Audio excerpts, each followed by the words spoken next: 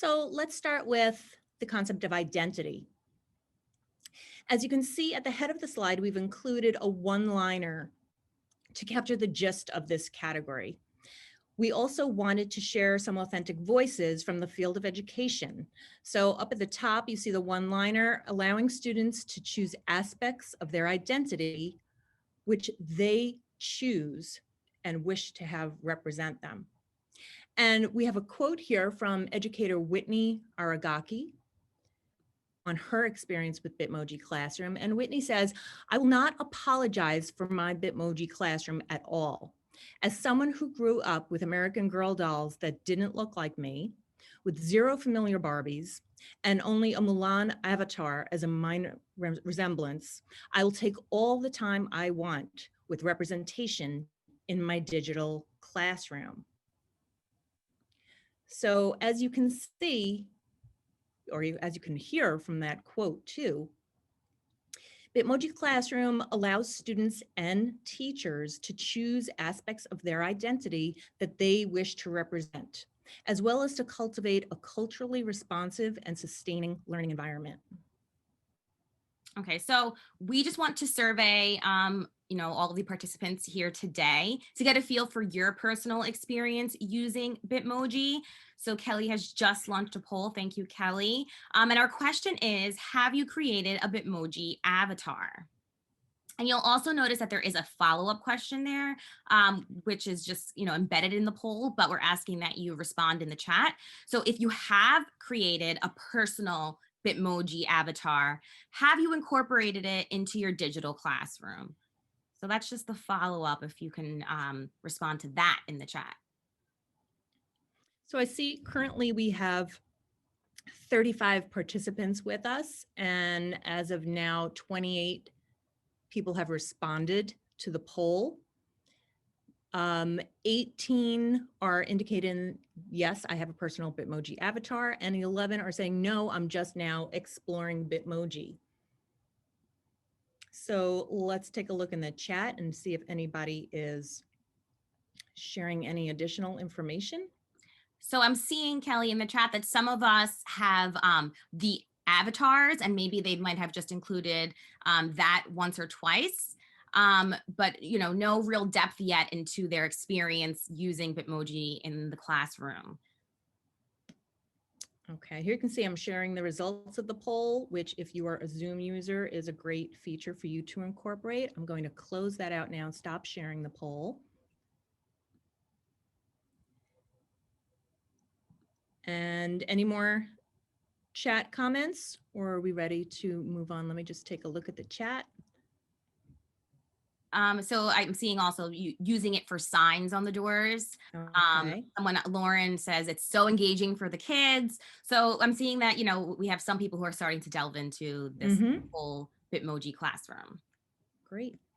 Great. So we have a mix of users, but for those of you who are new to Bitmoji Classroom, we will be sharing resources at the end of today's presentation, including this tutorial featured on this slide for getting started in creating your own Bitmoji Classroom. So in preparing for today's session, Eric and I gathered resources, templates, and activities that we've compiled into this comprehensive resource document to share with you. So if you see something that you like during today's presentation, be rest assured we will be sharing it with you. But we watched this tutorial when we were getting started, and here's what Erica and I thought after watching it. Sounds easy. Even the kids can do it.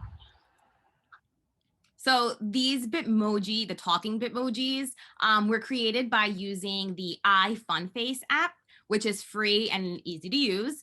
And it adds another layer of interaction to your classroom. If you notice, the Bitmoji voices were created using a voice effect inside of that app, which disguises the speaker's actual voices. And this feature may be really great for some of our students who may still lack that confidence in their oral language production. So, in turn, it lowers that effective filter for them. So after we did, the initial activity of, or after you do the initial activity of having your students create their Bitmojis, where might you go from here? So this is a follow-up activity for students to express their identities and to build your virtual classroom community. So this is really just like a new spin on a very popular All About Me project. And here we have another way, another suggestion for a community building activity that you can bring into your Bitmoji classroom. And it's creating a classroom photo where, using those Bitmoji avatars that are created by your students, or if you're assisting them in creating them, you can then gather them into this group photo. And with the year we're having, for some of us, this may be the only opportunity that we have for a class photo. So it's great to have that representation of all of the members of your learning community.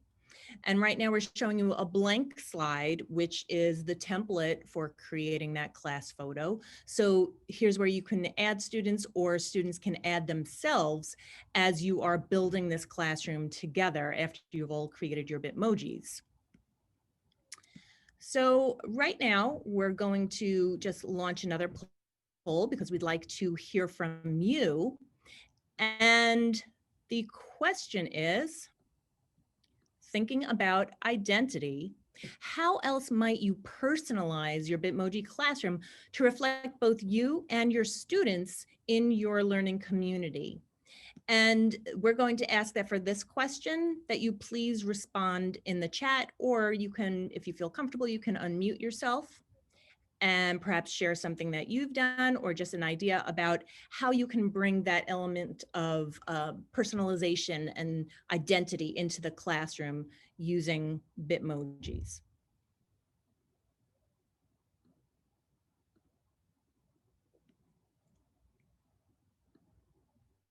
Okay, so while we're waiting for some more responses in the chat, I just wanted to highlight that Bitmoji you might see there of myself. It's a dynamic visual representation, which again highlights the versatility of the features of Bitmoji.